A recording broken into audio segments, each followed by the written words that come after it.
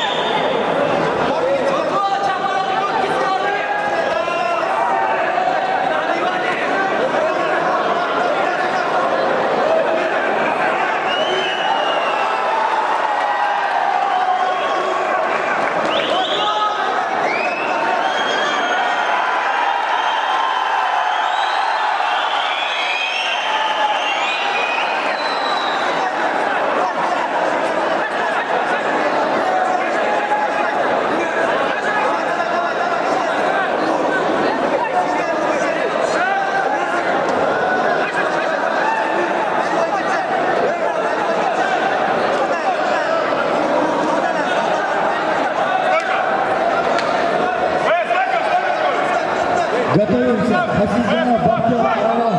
Said Fazilov Farruh, Osh. Готовимся.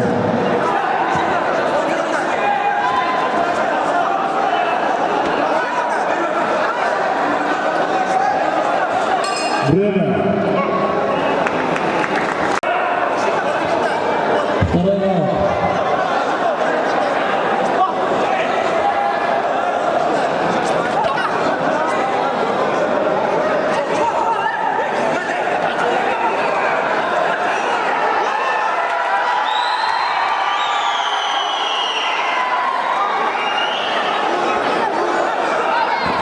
Цепка.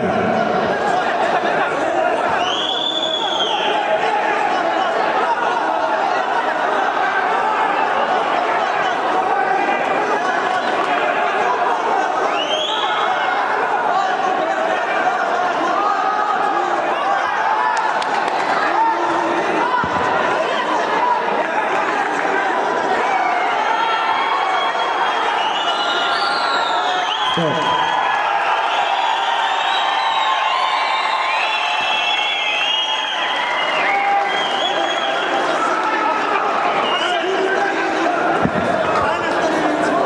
Бойцы, Павлов.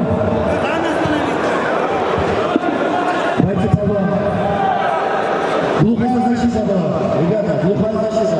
Правила есть правила. Хватит правила устраивать. Правила есть правила.